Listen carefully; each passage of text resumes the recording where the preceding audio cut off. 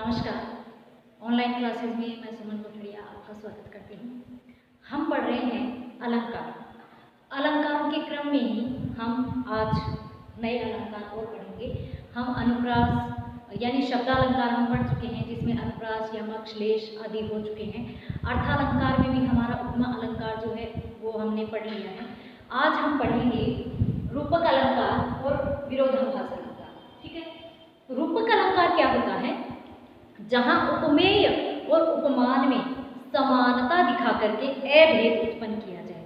यानी रूपक अलंकार में क्या होगा, उपमेय और उपमान को एक समान बताया जाएगा, यानी एक उपमेय पर उपमान को आरोपित किया जाएगा।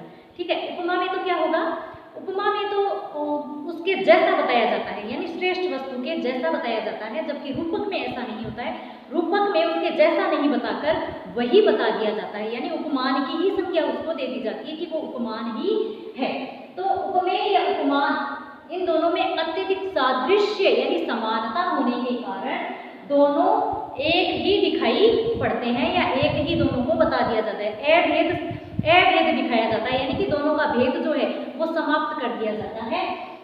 प्रस्तुत में अप्रस्तुत का आरोप, यानी कि जो प्रस्तुत वस्तु है अपने पास, जो साधारण वस्तु है, उसको असाधारण वस्तु यानी श्रेष्ठ वस्तु को उस पर आरोपित कर दिया जाता है। इसके कुछ उदाहरण हम देखते हैं।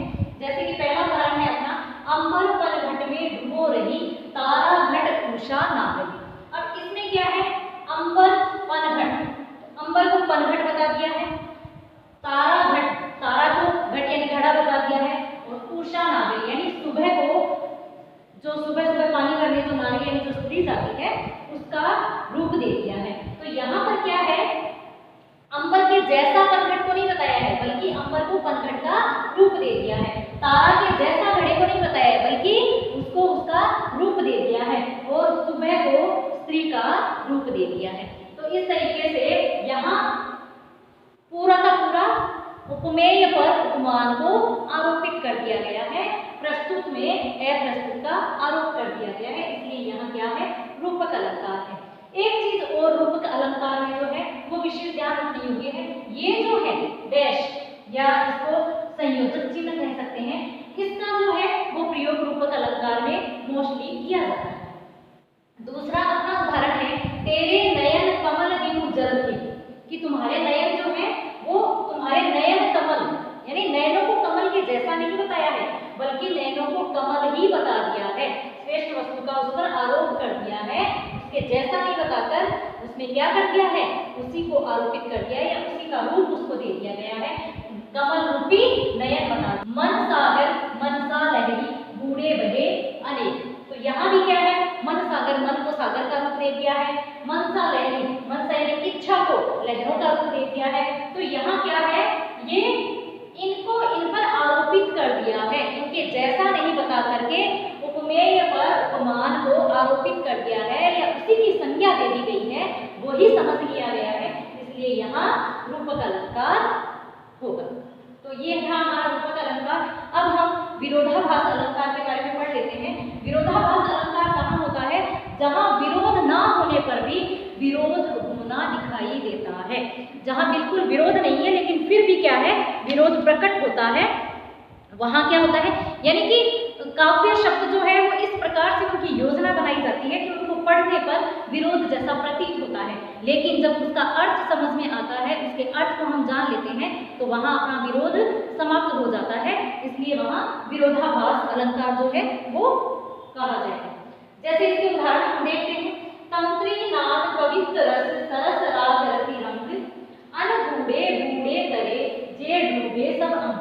यहाँ तंत्री नाद यानी कि संगीत, वाद्य यंत्रों की जो आवाज है या जो संगीत है उसमें, कवित्र रस यानी कविताओं का जो रस है उसमें, और सरस राग रति रंग यानी प्रेम और राग इनमें डूब जाना क्या करता है, बूढ़े बूढ़े करे, यानी इनको जिन्होंने आनंदित होकर के सुना, वो क्या है उसमें उनका वो उसमें डूब जाते हैं, और उनका क्या है वो एक तरीके से तर जाते हैं, या उनका उद्धार हो जाते हैं, वो तर जाते हैं। बूढ़े करे यानी जुड़े, जो इनमें डूब जाते हैं वो तैर जाते हैं या तर जाते हैं, और जो इनमें नहीं डूबते हैं वो क्या हो जाते हैं, वो निष्फल हो जाते हैं।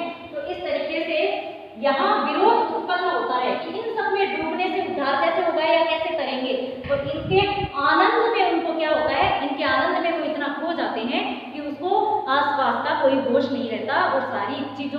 वो अपने आप को अलग थलग कर लेता है, तो उसका क्या हो जाता है, एक तरीके से तरना हो जाता है या उद्धार होना हो जाता है, क्योंकि वो इन चीजों में डूब गया तो उसको बाकी संसार से कोई लेना देना नहीं है। तो जो इन चीजों में आनंद लेकर के इन चीजों से पूरा आनंदित हो जाता है, वो क्या हो गया, वो तो उनका उसका जीवन क्या हो गया, सफल हो गया।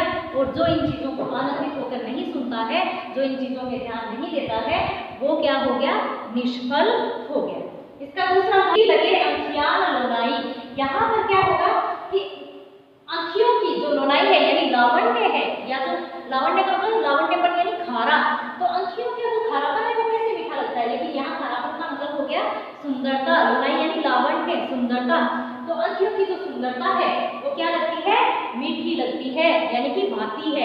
आंखियों की सुंदरता अच्छी लगती है। तो जब इसका अर्थ जो है हम यहाँ सुंदरता के रूप में यहाँ आंखियों की लोनाई जो है उसको प्रकट किया गया है, तो ये अर्थ प्रकट होने से जो विरोध होता है कि लोनाई जो है वो कैसे मीठी लग सकती है, जो विरोध होता है वो हमारा समाप्त हो जाता है, इसलिए यहाँ विरोधाभास अलंकार है। तो अभी अपने रूपक और विरोधाभास अलंकार हमने पढ़ा।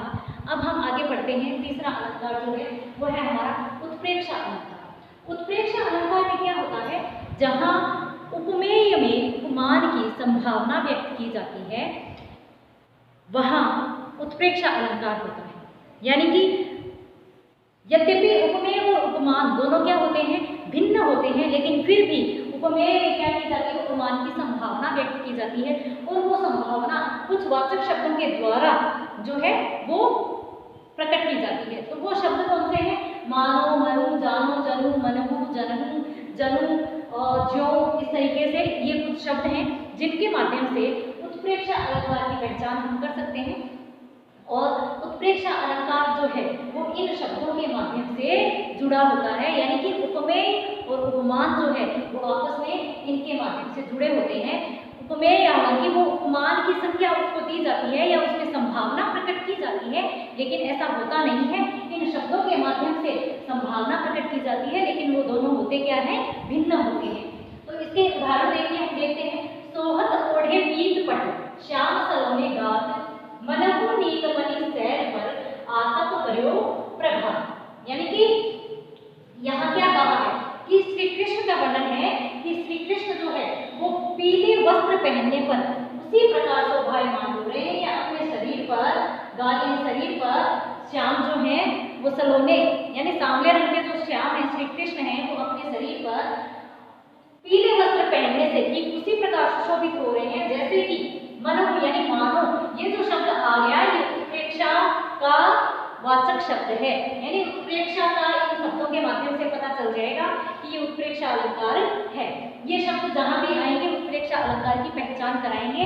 लेकिन यहाँ मनहु यानी मानो किस तरीके से वो लग रहा है, हालांकि ये दोनों चीजें एक दूसरे से भिन्न हैं, लेकिन फिर भी क्या है, श्री कृष्ण के पीले वस्त्र पहने हुए हैं, उनको उस चीज में संभावना प्रकट करी है कि वो वैसे ही लग रहे हैं। मानो कैसे लग रहे हैं, मानो नीलमणि सैर पर, कैसे लग रहे हैं जैसे नीलमणि जो पर्वत है उस पर सुबह का प्रभात आकर के गिर रहा हो। तो ऐसा है नहीं, लेकिन संभावना प्रकट करी है। तो संभावना प्रकट जहां की जाएगी उपमेय और उपमान दोनों में, वहां उत्प्रेक्षा अलंकार होगा। दूसरा उदाहरण हम इसका देखते हैं, कहती हुई यो उत्तरा के नेत्र जल से भर गए, हिम के कणों से पूर्ण मानो हो गए पंकज नहीं। तो यहाँ क्या कहा है कि कुछ उत्तरा जो है वो कुछ कह रही है और कहते कहते उसके नेत्र जो है वो जल से भर गए। किस तरीके से भर गए, मानो। तो यहाँ मानो उत्प्रेक्षा अलंकार की पहचान वाचक शब्द आ गया, इसका मतलब हमें पहचान तो होगी कि यहाँ उत्प्रेक्षा अलंकार है, लेकिन इसका अर्थ जो है वो दोनों अलग अलग है, दोनों एक दूसरे से भिन्न है। लेकिन संभावना प्रकट करिए इस शब्द के माध्यम से कि मानो हिम के कणों से पूर्ण यानी बर्फ के जो कण हैं उनके कणों से क्या हो गया है, पंकज यानी गुलाब है जो वो नए हो गए हो। यानी गुलाब के फूल पर हिम के कण गिरने से वो क्या हो गए हो, जैसे फिर से नए हो गए हो। ठीक उसी प्रकार उत्तरा कुछ कह रही है और उसके नेत्रों से वो जल जो है वो नेत्र जो है वो जल से भर गए, जिस प्रकार की हिम के कणों से वो गुलाब जो है वो पूरे हो गए हो, उसी प्रकार उसका वर्णन किया है। तो यहाँ क्या है कि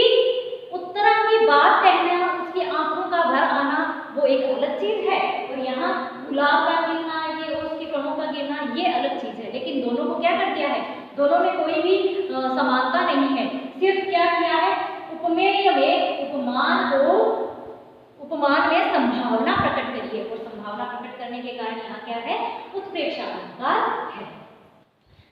फिर हम अगला अलंकार जो है वो पढ़ते हैं। अगला अलंकार अपना है उदाहरण अलंकार। जैसा कि नाम से स्पष्ट है, उदाहरण अलंकार यानी कि किसी एक बात को समझाने के लिए किसी दूसरी बात का उदाहरण दिया जाएगा, जहां एक बात कहकर उसके उदाहरण के रूप में दूसरी बात कही जाए।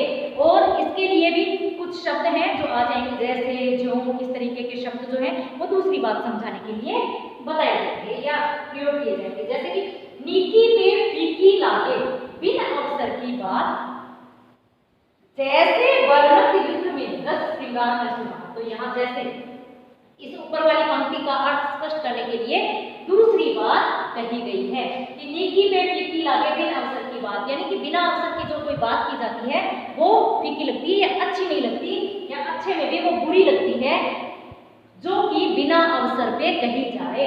ठीक उसी प्रकार जैसे युद्ध के वर्णन में श्रृंगार रस का वर्णन किया जाए तो वो अच्छा नहीं लगता, उसी प्रकार अवसर के बिना अगर कोई बात करी जाती है तो वो अच्छी नहीं लगती।